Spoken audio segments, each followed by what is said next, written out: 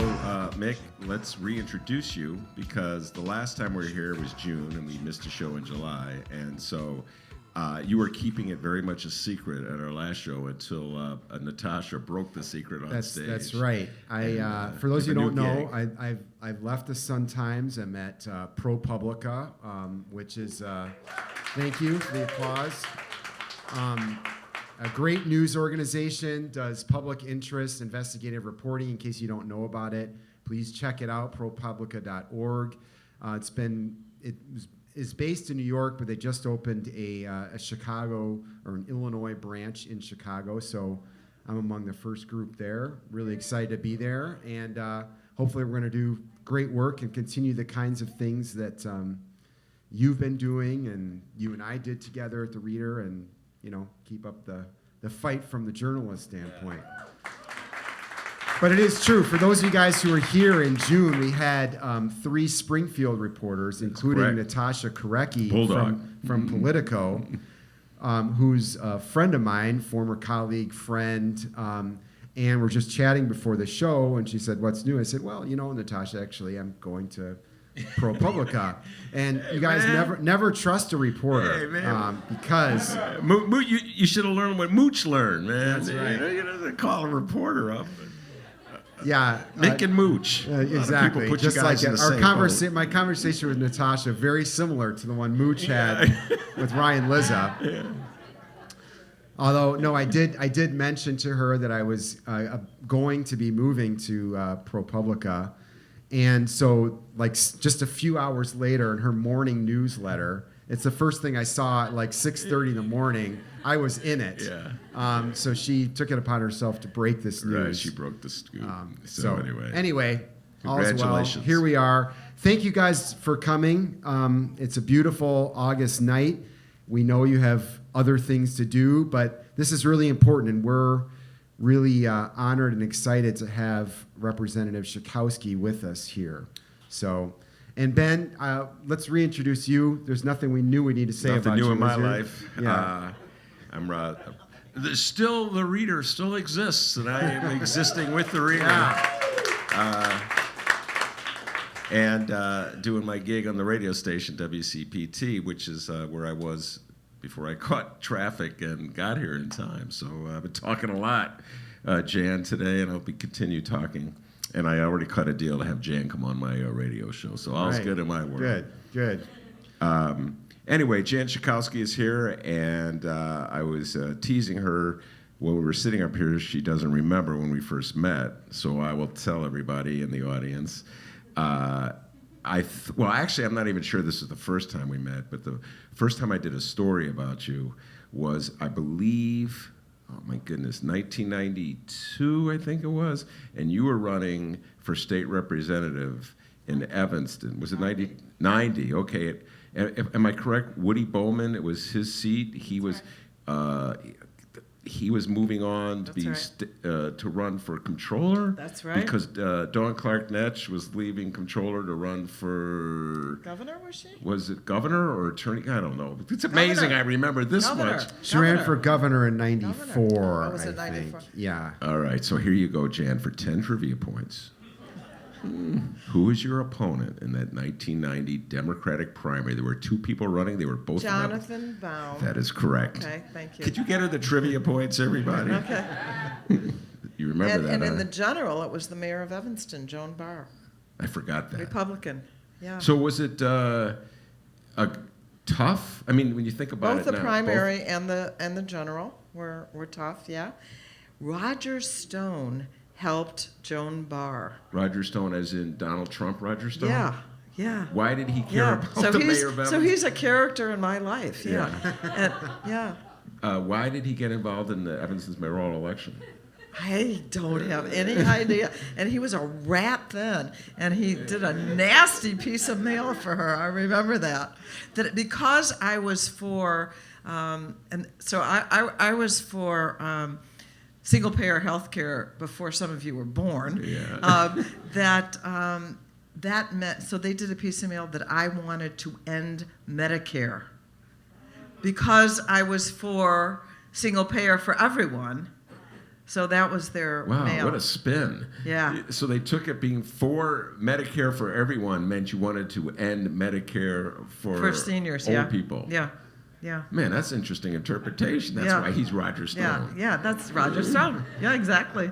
And Even you won then. that. And you won that election. I did.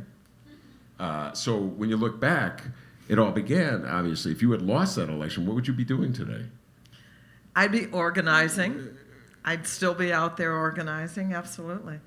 Yeah, and then it followed how many, 6 years in the State House? 8 in the State House, and then when Sidney Yates retired, I ran in a primary, because it was a Democratic district, and it was Howie Carroll, who had been a state senator for many years, right. and a committeeman, which was a big deal, right? Yeah. And J.B. Pritzker. J.B. Pritzker. Yeah. I beat the boys. Yeah.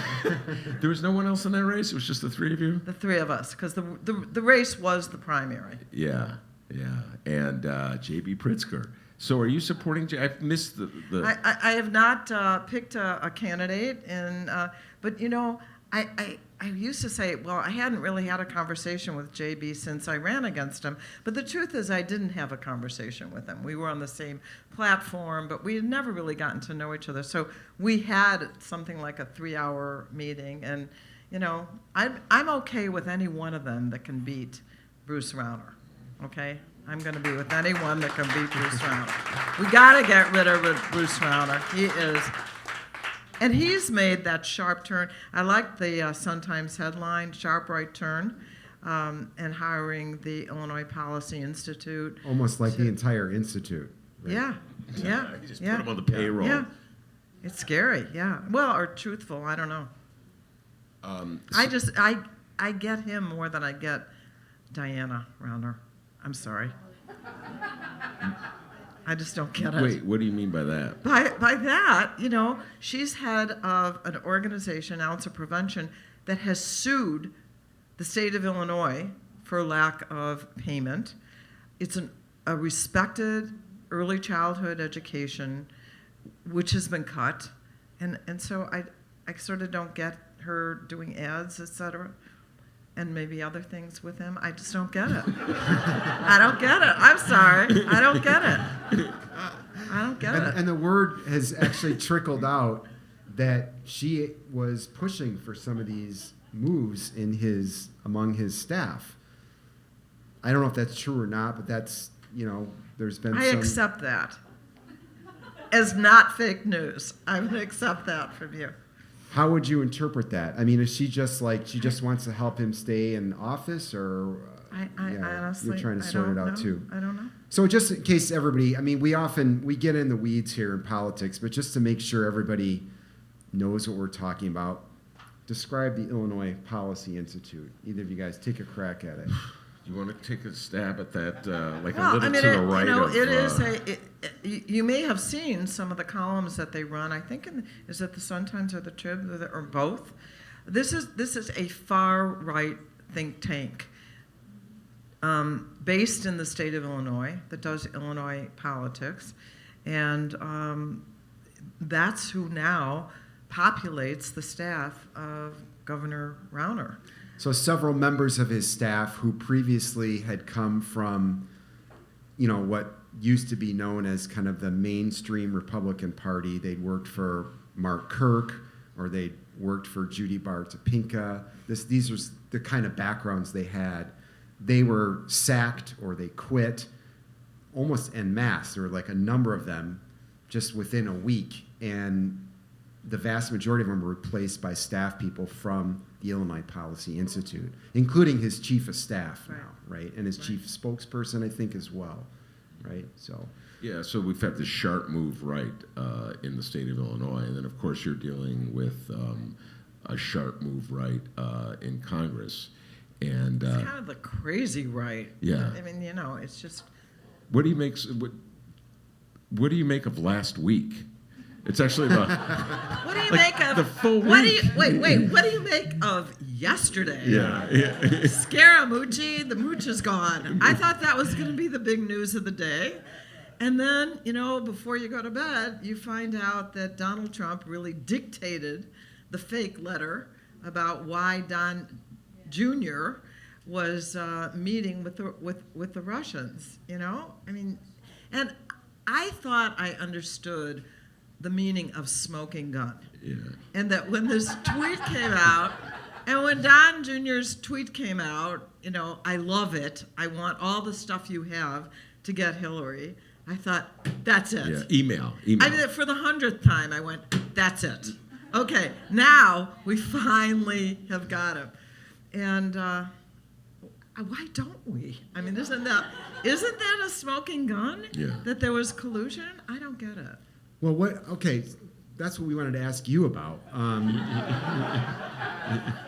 So describe to us, we're not in Washington every day. We're not walking in Congress. We're not, we don't interact here, especially those of us who, even when we report on politics in Chicago, we don't have a lot of interaction with even mainstream Republicans, let alone people kind of on this far right fringe who seem to have moved into the mainstream.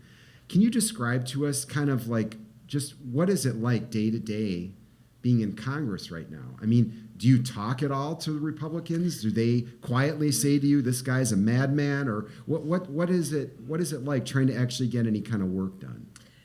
Well, first of all, we don't go around spitting at each other or anything. I mean, there is that we do talk to each other, and there are some things that we work on that are smaller things that we can work on together. What really finally seemed to have got, I believe that there's a breaking point for the Republicans where something will get to them where they've had enough. Where the cost of sticking with Trump is too great for their own political future, and that there's a breaking point. They have clearly not reached it yet. But what really surprised me is the thing that has most gotten under their skin is that Trump went after Jeff Sessions, a really terrible person. Yeah. That he attacked. That seems to have really annoyed the Republicans. They're sticking up for Jeff Sessions, and the president's going after him. This lack of you're so insecure if you support the president because he could go after you tomorrow, and there's absolutely no sense of return favors or giving any space to any Republican that he doesn't, that he wants to go after. How do we feel about it, and how are the Republicans feeling? I think they're nervous. I think there's an anxiety. I really do think that. I'm surprised that more Republicans didn't vote along with John McCain and Lisa Murkowski and Susan Collins to break ranks, because this is a wildly unpopular position that they voted for, and we have to hold every one of them accountable that voted for that piece of junk. We have to hold every one of them accountable. So on the big things, so far there's no working together. Now there's seems to be a small group that's getting together in the House, the problem solvers, to try 20 Democrats, 20 Republicans to come up with a plan for working together. We'll see if that amounts to anything and if it's worth anything. But it's such a huge, such a gap, such a huge difference now, and it's the Republicans, of course, that have really moved. The Democrats, if anything, I think have gotten, in my time in Congress since 1998, 1999 when I went in, I think gotten more conservative, actually, not generally more progressive. It's the Republicans that have moved to the fringe.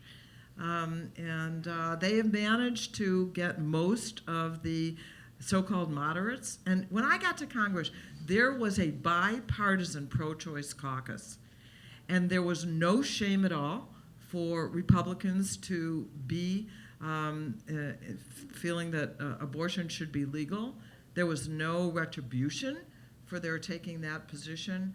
There is not one single Republican now who would ever stand up and, for, at least in the House, for Planned Parenthood or for reproductive rights for women. Not a single one of them will do that.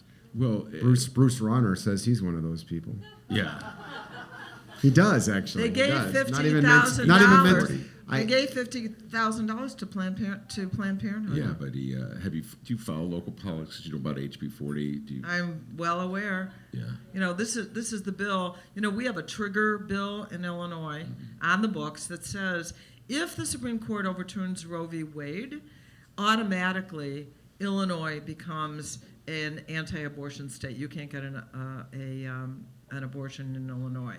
So HB 40, which we've been organizing all over the state against, would change that, would eliminate that, and would allow Medicaid in Illinois to cover abortion services, which would be absolutely awesome. So it passed.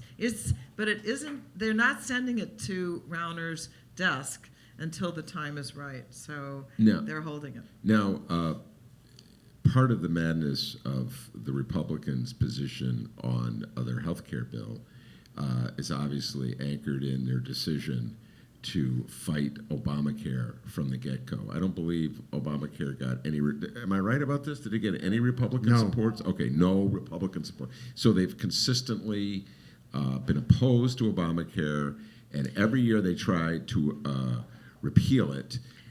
And so now they're stuck in this almost position. 60 times there was a vote in the House that all the Republicans voted for to repeal all or part of Obamacare. Every single Republican in the state of Illinois voted for the worst bill that would have taken 22 million people and ripped health care away from them. Every Republican. And we don't have what is considered the worst of the worst Republicans or the furthest right Republicans. They all voted. Every year to repeal it. And She's saying the most recent one, yeah. That was scored by the Congressional Budget Office is stripping health care potentially from 22 million people. 22 million people, eliminating funding for Planned Parenthood, all that. So what I'm saying is that the Republicans have anchored themselves to this horrendous goal of taking away health care that benefits people who have in the past voted Republican. Let's remember. They're sabotaging themselves. Well, wait. What this does is take the bill they voted for, about $1 trillion over time from Medicaid, and gives tax breaks to the rich. That's the point. They want to get a head start on their tax reform. And the health care bill, that's what they were. Think about that. I mean, they would let people die, cause people to die because they don't have health care, so they could give more tax breaks to the wealthy. But help us understand why they think this is politically popular. Is it just because it's associated with... It's really stupid that they with think Barack it would Obama? Be. Is it just that it's associated with him? Because the policies themselves, nobody wants to pay more in taxes. Okay, we all get that. But the policies themselves, the reason this has been so difficult to undo, right, is because the policies themselves, most people favor. Isn't that their bill wavered between 12% of Americans thinking it was a good idea to a high of 17%. That's like unanimous opposition. In this country, that would count as unanimous opposition. You had the doctors, you had the nurses, you had the hospital associations everywhere. You had every disease group, the American Cancer Society and Diabetes Foundation, everybody that had anything to do with healthcare against this legislation. Here's their calculation. Donald Trump, and by the way, after they passed the bill, they ran off to the White House to high five with Donald Trump and have a big celebration. This is the House. The House of Representatives. And what he does is threaten. He says, would you like a primary opponent that is well-funded, because I will do that, and you won't come back if you don't stick with this plan, which he knows nothing about. If you ask Donald Trump to talk about one provision in the legislation, I assure you, he could not do that. And he doesn't care, he doesn't want to. And so that's the calculation, that they will have a primary, which they seem to be more afraid of. But I think that's a mistake, because all of the intensity and energy is on our team right now.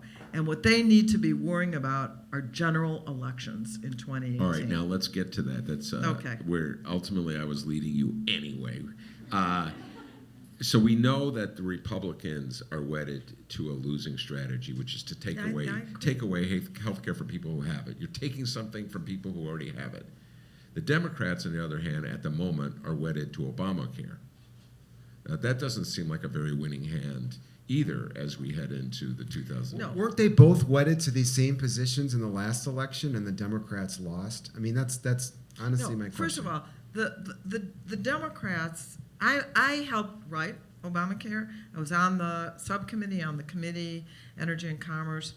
We knew from the get-go that this, particularly because we had to pass the Senate bill.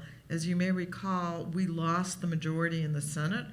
And so rather than go to a conference committee, because now the Republicans run the Senate, we had to vote for the Senate bill. We knew from the get-go that there were going to be problems. In any case, you don't pass a big bill like that. We've amended Medicare, we've amended Social Security, we've made changes along the years. We knew that there were going to have to be changes, and there are. And we've been ready to sit down since 2010 and say to the Republicans, okay, we know particularly in the private insurance, the individual insurance market, there's definitely problems. Let's do it.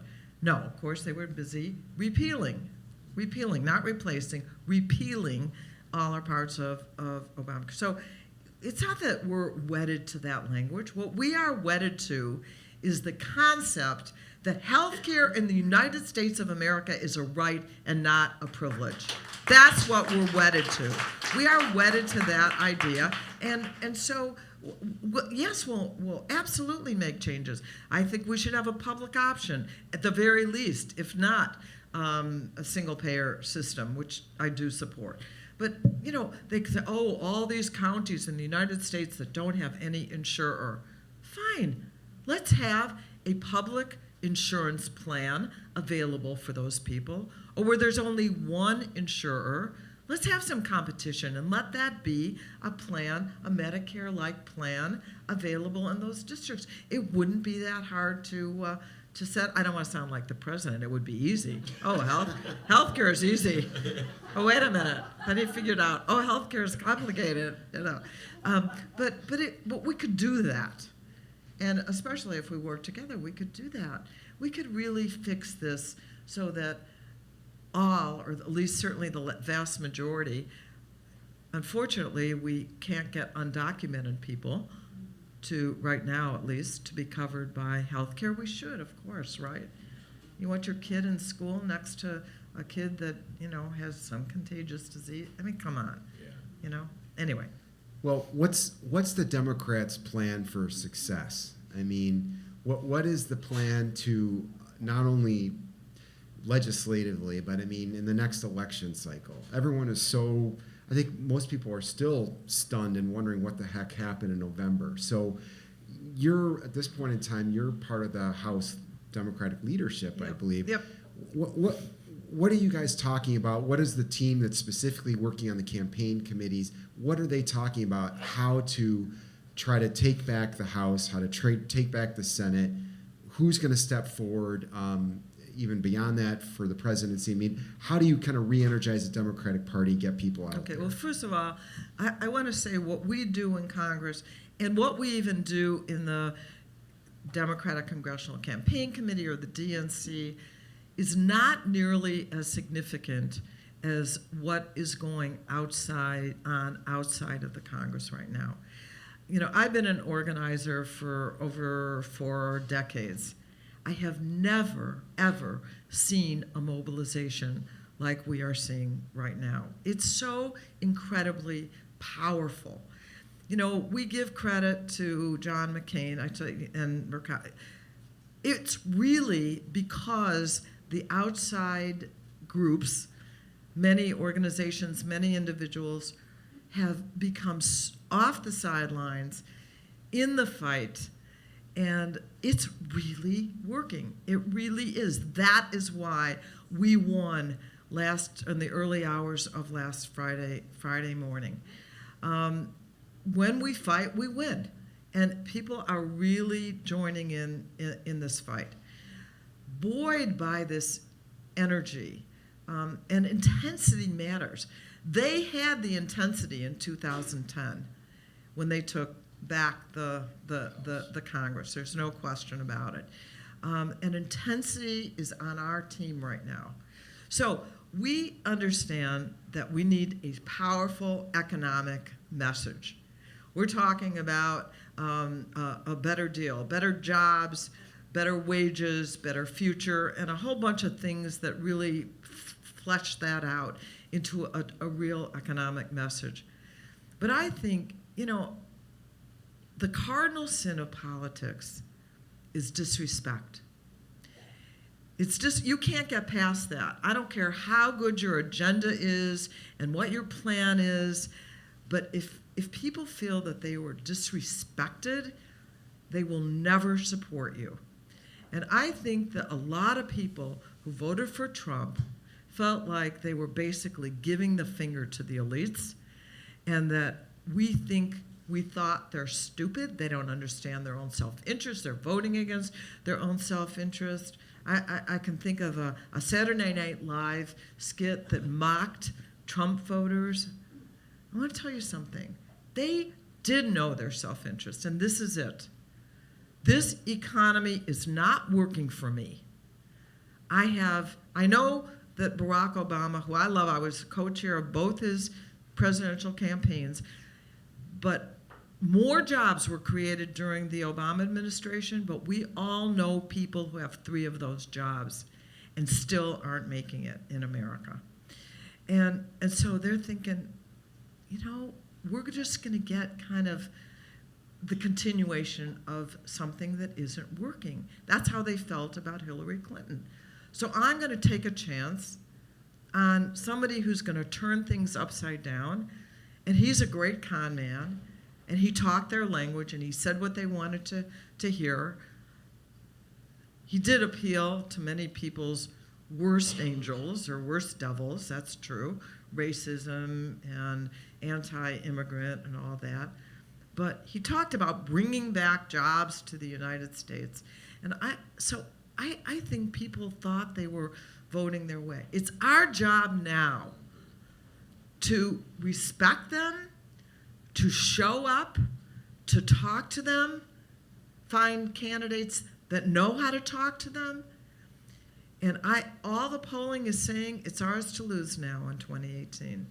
You're talking the House and the Senate, or just the House? I think it's going to be hard in the Senate just because of how many Democrats are up and how few Republicans are up. Right. But it's not impossible if there's a big wave across the country. And, you know, it continues to get crazier and crazier. And let's hope, though, you know. Hoping for crazy. No, I don't hope for that, because I want to, you know, we can, I talked to John Cruikshank today, you know, who was at the Sun-Times. You know what he's doing now? He's the Consul General for Canada in Chicago. He was with the Sun-Times. It's really not a laughing matter, because this guy has the nuclear codes in his pocket. That's true.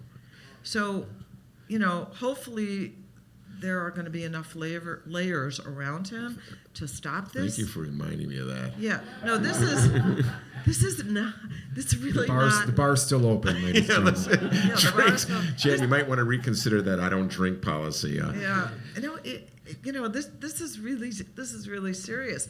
But I think there may be enough fear of this man, and you know, that we have to get a big wave. So, do you think that part of what you're saying, if I'm understanding you correctly, is just sort of showing a renewed respect for people who voted for Trump, just changing your demeanor I toward think them? some of them, look, we had Obama, Trump voters. There were a fair number of people who voted for Barack Obama, and then they were probably Bernie supporters, and then decided, I'm going with this kind of populist rhetoric, Or they sat the whole thing out. or sat it out. Yeah. That's true, and that's the other thing. You know what? There are working class people of color who sat it out. It wasn't just working class white people. They went to the polls. A lot of them voted for Trump, but a lot of working class people of color stayed home because it wasn't working for them All right, either. so here's your challenge. How do you get working class people of color who sat at home to vote for For one Democrats thing- without alienating working class white people who voted for Trump?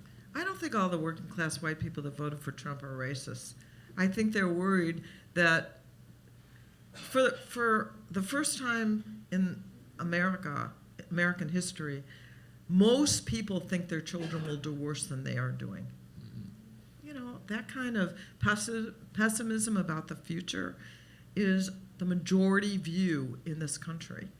And unless we're able to have a bold and agenda and talk to people and really go to talk to people, I think if we had been more present in places like Milwaukee and other, that it might have turned out differently. And so I think we have a real shot at this, but it's not going to be by being wimpy and kind of Republican light or Republican middle, but bold, progressive. I think we can absolutely win in 18. Well, since you say that, and not to deviate too much from our discussion of national politics, but talking about Democrats who sort of act Republican, what's your opinion of Mayor Rahm? Okay. All right. So Ram and I go back a long way. He and I worked together who's my husband now, Bob Creamer, as organizers. When he graduated from Sarah Lawrence, he was debating whether to go to Juilliard and dance, or to go into politics. And dance. And dance, yeah, okay. And Ram at that age is exactly like he was how he now. Yeah, you know that what I mean. I mean, foul-mouthed, fearless. Wait, as a Sarah Lawrence graduate, he was foul-mouthed? Yeah. Did not know that. But very smart. Okay. So I know then, of course, we served together in the Congress, and he was the chair of the Democratic caucus, and he pretty much orchestrated our victory taking back the House in 2006. That is really true. He really did.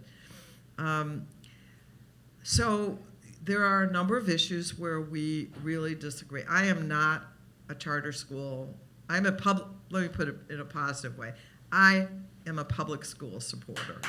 I support public schools. Put it that way. Graduate of Sullivan High School? Sullivan High School, the center of the universe. Yes. Which is doing great with a great principal, who, by the way, Ram really likes him too.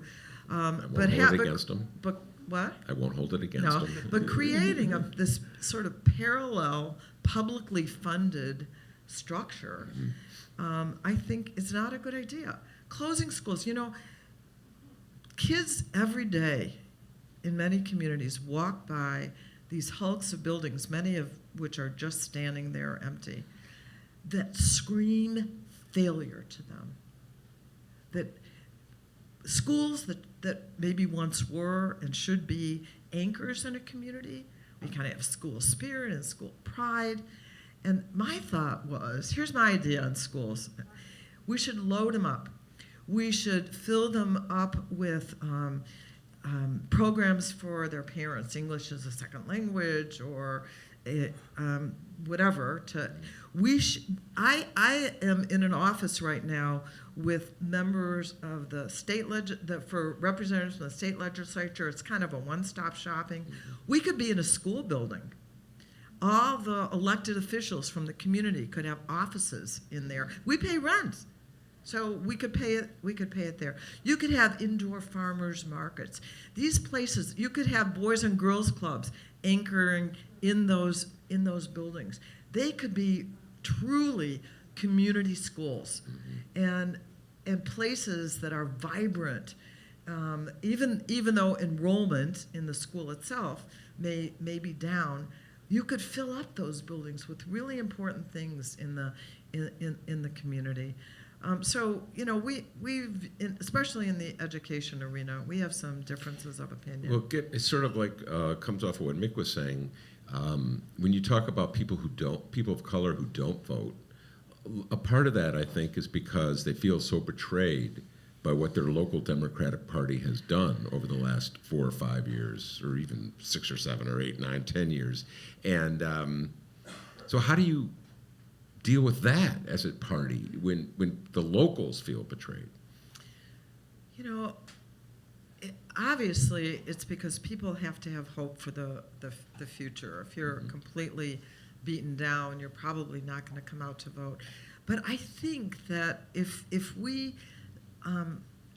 as a party, which, if you sit in the gallery in Washington and look down, it won't take you long to figure out which side is the Democrats and which side is the Republicans. They're almost all male and white. And we really do have representation of everyone, on the Democratic side. So we need to get people like Keith Ellison, and many of our Democrats out on the trail.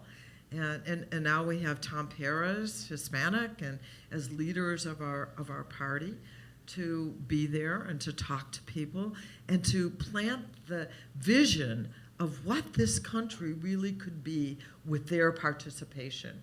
Depends on their participation to come out. But it can't be wishy-washy. It can't be just incremental. It has to be big and bold, that kind of vision. So even if we don't get single payer now and for 2018, we have to hold that out. Medicare for everybody, health care for all Americans. When I grew up, there were two teams. The Democrats were the party of the little people. That's what we said. The little, or my parents would say, for the little people. They considered themselves, and they were the little people, average people. And then the Republicans were the party for the rich and for big business. That was it. And you had voting machines where you just pulled a lever, Republican or Democrat, and you could vote in just a couple seconds, because you just pulled for your team, the Democrats. And people need to believe, yeah, we're really on your side. But, We've lost that. Well, I also am curious, though, about the Republicans, because, that era you talked about, there was a lot more crossover. There were Southern conservative Democrats. There were, moderate or even liberal Republicans. And, I have to tell you, everybody's heard it, all these studies that are out now, every single Democrat is more left of center than every single Republican. There is a clear line in Congress ideologically. I'm just wondering, this is kind of where we started the conversation. What is it going to take for Republicans to start breaking the other way? Is it Trump? Is there going to be something with Trump that we haven't seen yet?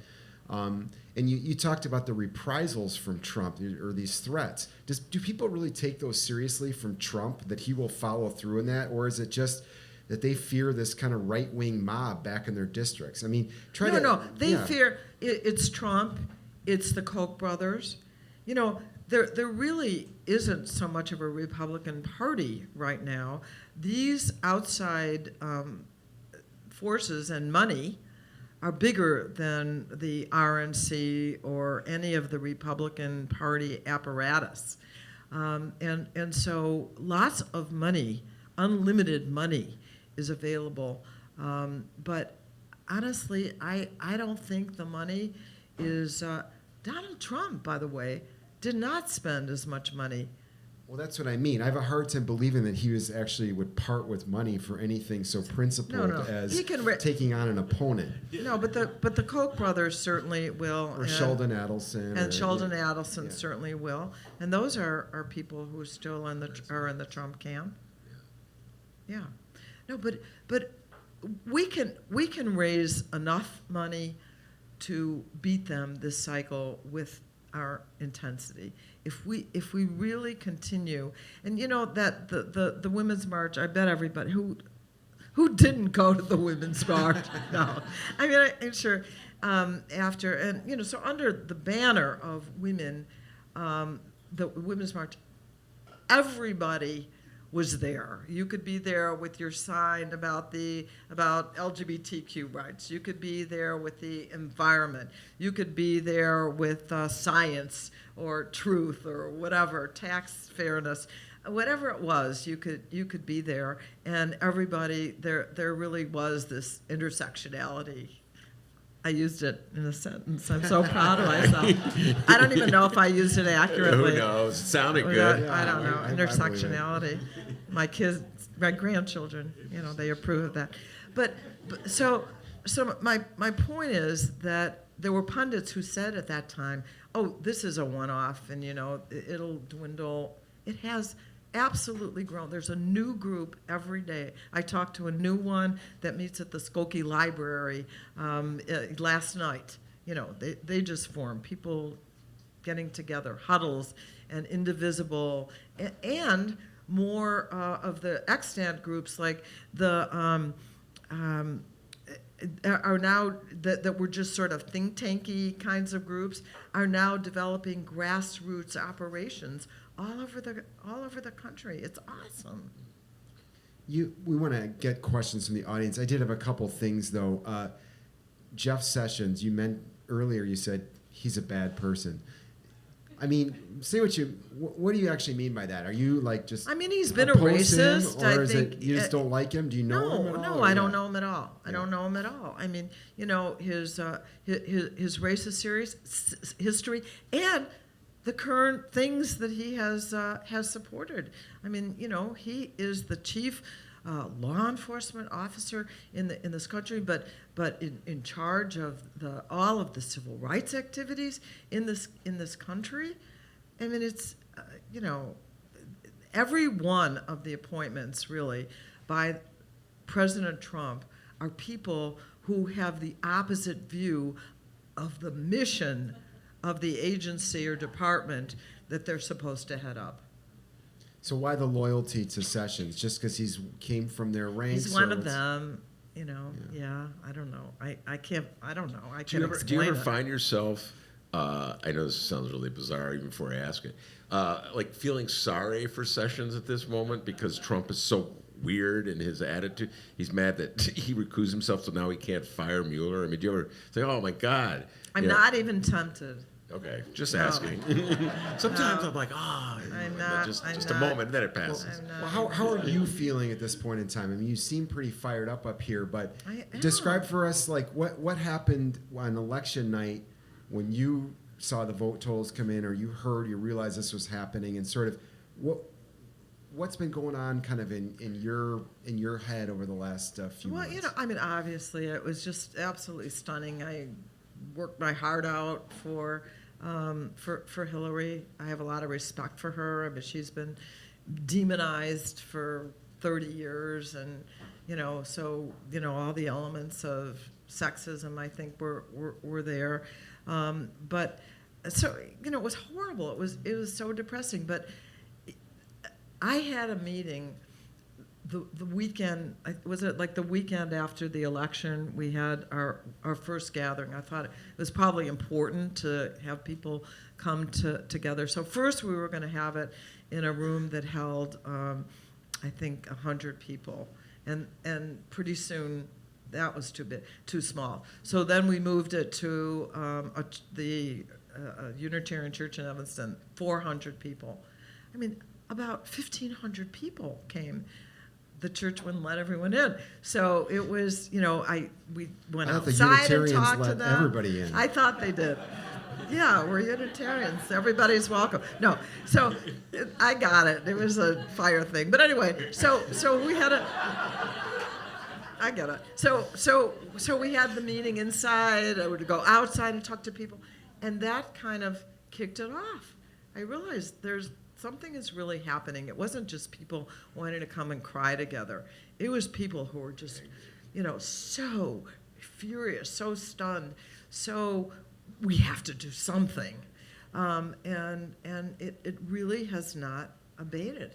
I was invited by a coalition of about 30 groups to come to Peter Roskam's district.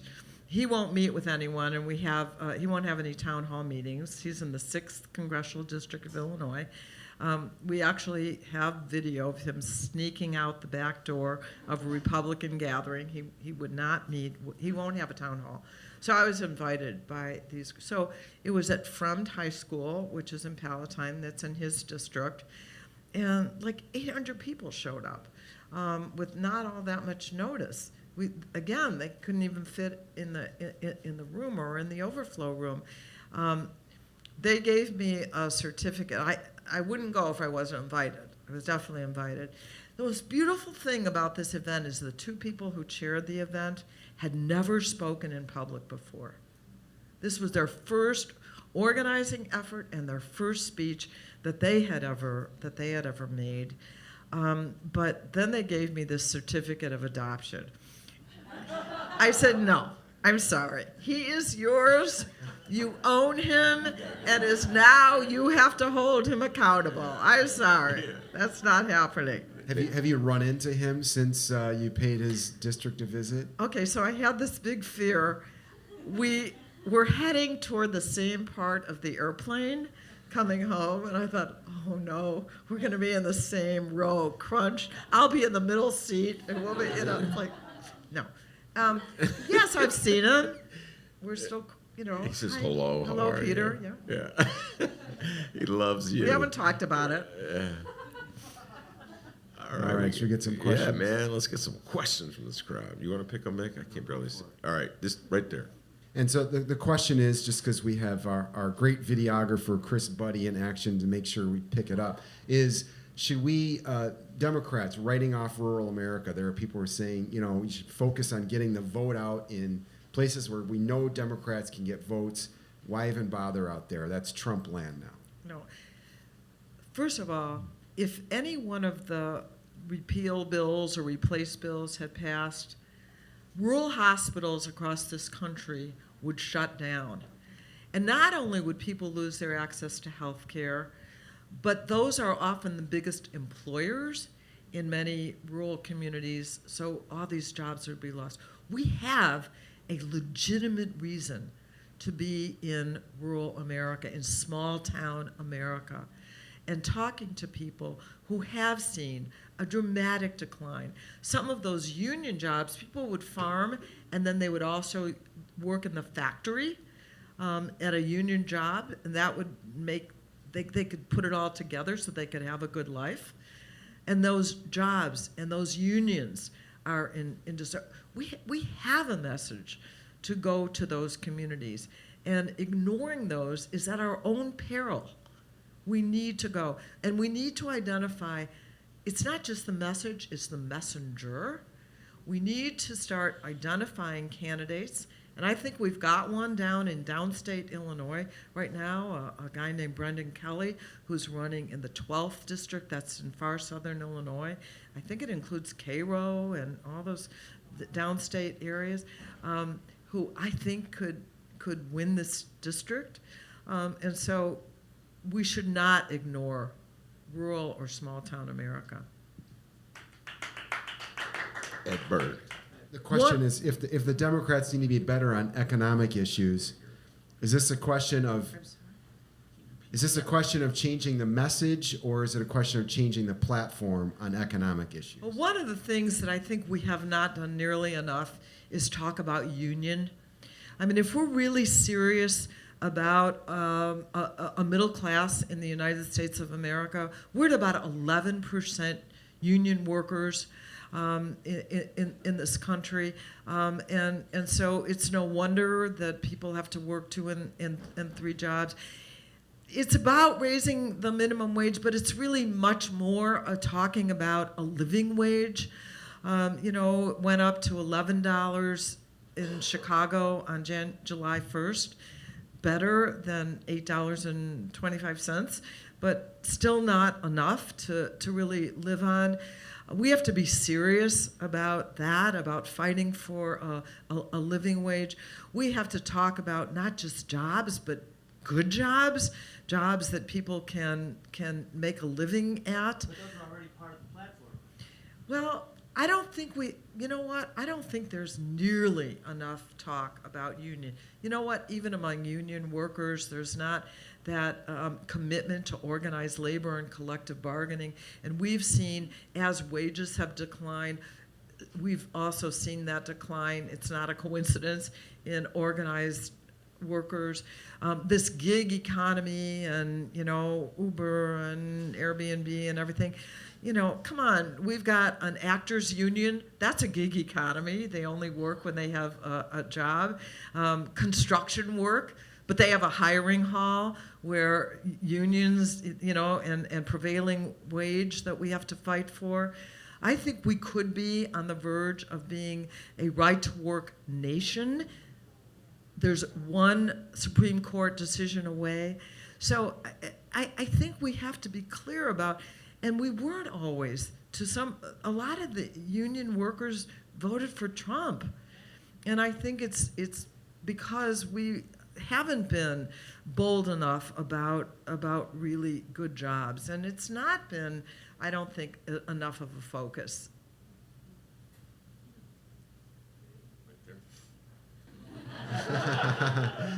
How can people in the audience leave and make America actually great? There are so many organizations right now that you can follow your passion. What issue do you really care about? Is it women's reproductive rights? Planned Parenthood is there and involved, as is NARAL and other organizations.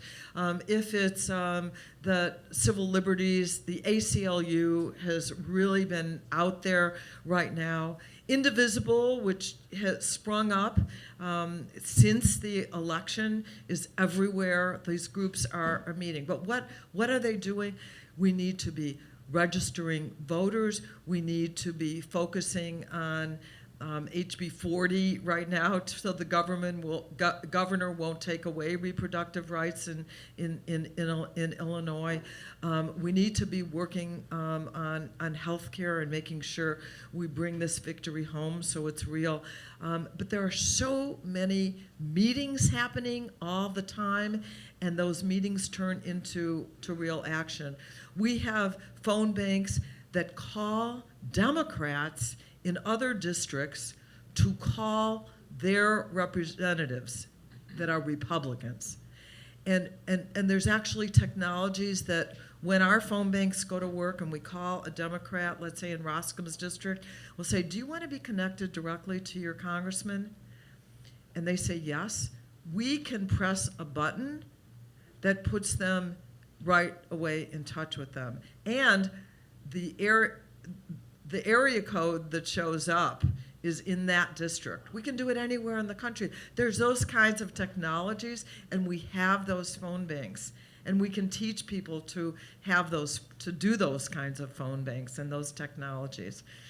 So there are right now a gazillion things that can be done. So it's just make a decision to get together with some people and form a group or join a group and do something. Register voters is really, really important. That plane ride with Roscom is sounding better and better as you keep talking. He's gonna hate you. All right. right there. Are you talking about whether the president will make it for 4 years? And I think the implication is what would happen then, right? You know, I don't know, and I assure you that these kinds of things are being questioned on both sides of the aisle. You know, there's some of my colleagues on the Democratic side who do talk impeachment. So I assure you there are others on the Republican side that are thinking about it. I think the problem for us to really push the impeachment angle will be, oh, sure, you couldn't win the election, and so you want to figure out another way to get rid of this guy. And, you know, it's just a Democratic plot kind of thing. But we certainly are supporting all the investigations that are going on. We'd like to see an independent commission that actually was involved in some of these investigations. And we continue, and we have legislation, and we're trying to get more, even maybe some Republicans, if they would ever join us, to call for an independent commission, kind of like on the 9/11 commission style. But we are definitely, I think there's a definite possibility that he won't make it. But I want to tell you, I don't worry if Pence becomes president, because I think at that point, first of all, let's remember, he was the chair of the campaign for a while. I don't think he has clean hands in any of these things that may be discovered. And the other thing is that I think the administration itself will be so thoroughly discredited that we won't have to, that 2020 we can win the presidency back. I think it's probably not that great for us if Trump is gone before 2018. I think it's probably not as good for us. And so we have to keep up the fight. But I think that, you know, he's a lightning rod that may be helpful to us, frankly, at this point. Yeah, the question is there a plan in place in case there's some sort of manufactured crisis or a real crisis that is exploited to basically seize power and go on from there? So here's something really interesting that has happened in the last 2 weeks. My colleague Barbara Lee, who is awesome, has been she is the one person that voted against going into Afghanistan right after the war. She had to have bodyguards and everything. She was one vote. All right, so Barbara Lee has been fighting ever since then to try and get a new AUMF, authorization to use military force. Because ever since that passed, that has been used 31 times to get us into various hot conflicts.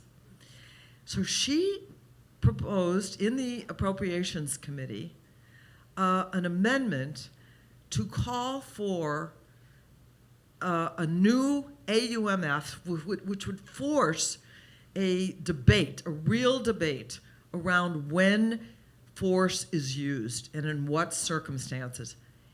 It passed with significant Republican support.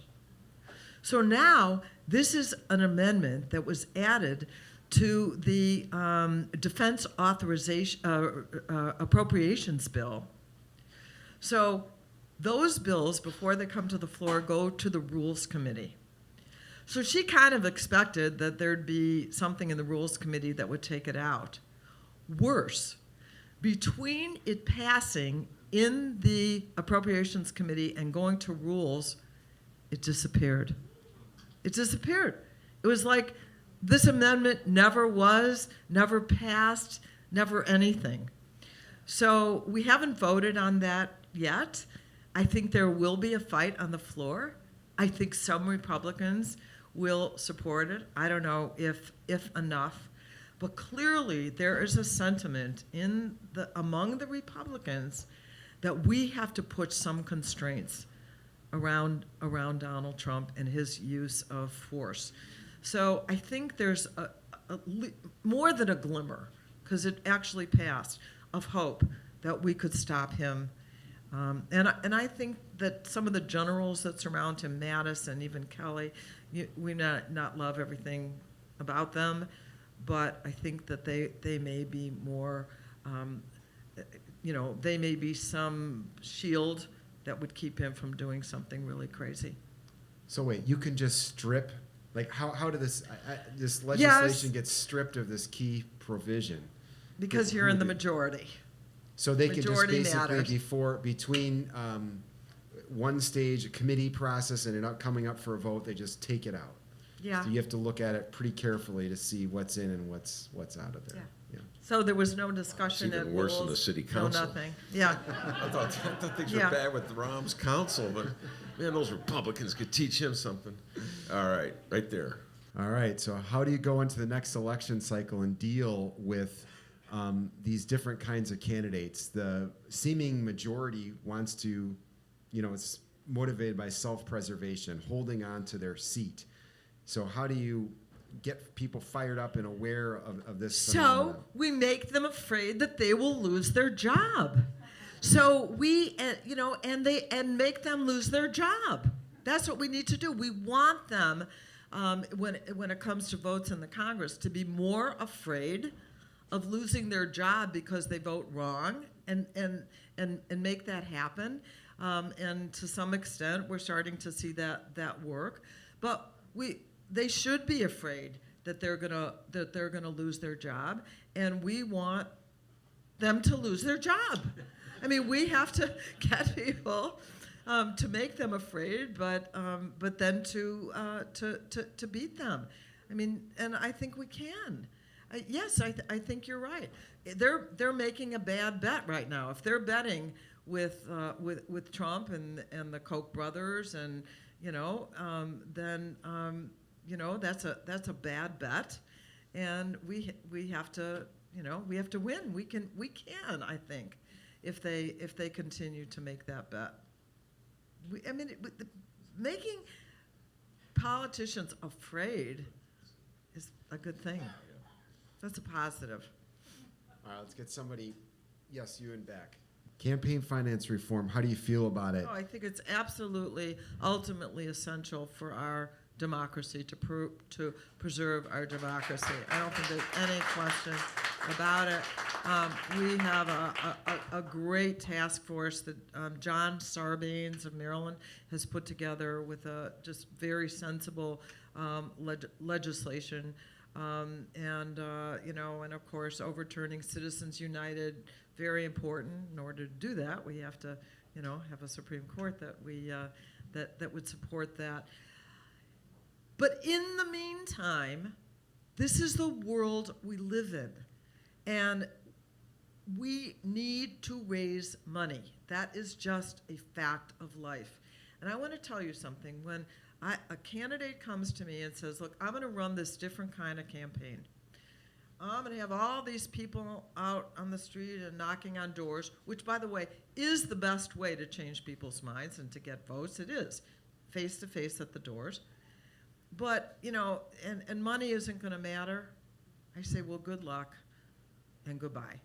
Because, unfortunately, we have got to, at least, not as much as they have, but we have to raise, in this world that we live in, enough money. And it's disgusting, the hours that you have to spend on the phone. And obviously, 8 hours a day is not going to be able to continue forever through the campaign, because you have to have some hours where you go out and meet people and go to events and actually talk to voters and touch voters. I had a quota for myself of touching 200 people a day. Excuse me. 199 now. Yeah. You can do that in urban areas, by the way, not so much in rural. 200 a day may be hard in some rural communities. But in Chicago, you can do it if you stand at an L stop, Yeah. Anyway, so that is life, and that takes enormous discipline to do that. But and you don't have to do, like, I don't have to put in 40 hours a week on call time now. After a while, when you're elected, and especially if you're in a decent district, that's not your whole life. But people who are first running and in competitive districts, until we change the rules, we have to play in the world that we live in. Let me ask you a quick follow-up question to that. As an incumbent, how do you navigate that? I assume you actually have the opposite problem with a lot of people who want your vote and they're willing to pay for it. How do you navigate fundraising and kind of making sure that you both have enough money and you're also a little bit removed from it so you can do what you need to do with integrity? Well, I want to tell you something. I was a Hillary supporter, but we saw what grassroots fundraising can be with Bernie Sanders. We saw small contributions pour in and make him literally competitive with big dollars. And so it is, I don't take money from pharmaceutical companies, I have a long list that and I'm in a district where donors are very ideologically driven, frankly. My donors support me because we support the same things. But you have to make decisions about who you will and will not take money from, and you certainly don't want to compromise yourself.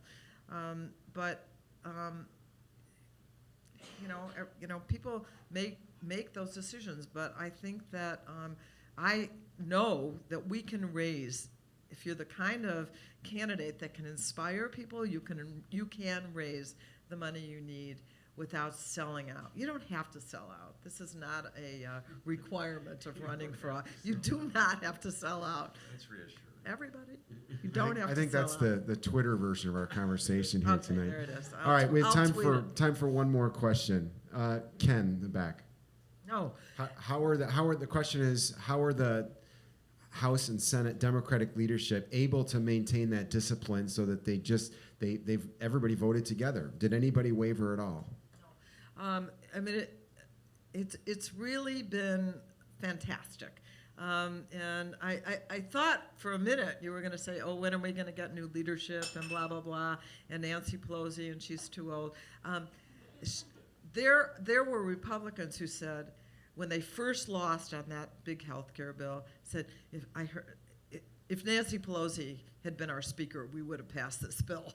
I mean, she is a great leader. But beyond that, the gulf, it was so big, to undo what was not only Barack Obama's, but our Democratic signature piece of legislation that helped so many Americans. I mean, it was unthinkable for us to join the Republicans to vote otherwise. And so we had unanimous support. We still do. And I think there's tremendous momentum now because we get so much positive feedback, and there's a rally every day, and so the outside groups are so supportive. I want to give a shout out before we end to the disability community in this fight, because you saw images that were so powerful of people being dragged out of their wheelchairs and people making their way to Washington on ventilators. It is not easy to do that.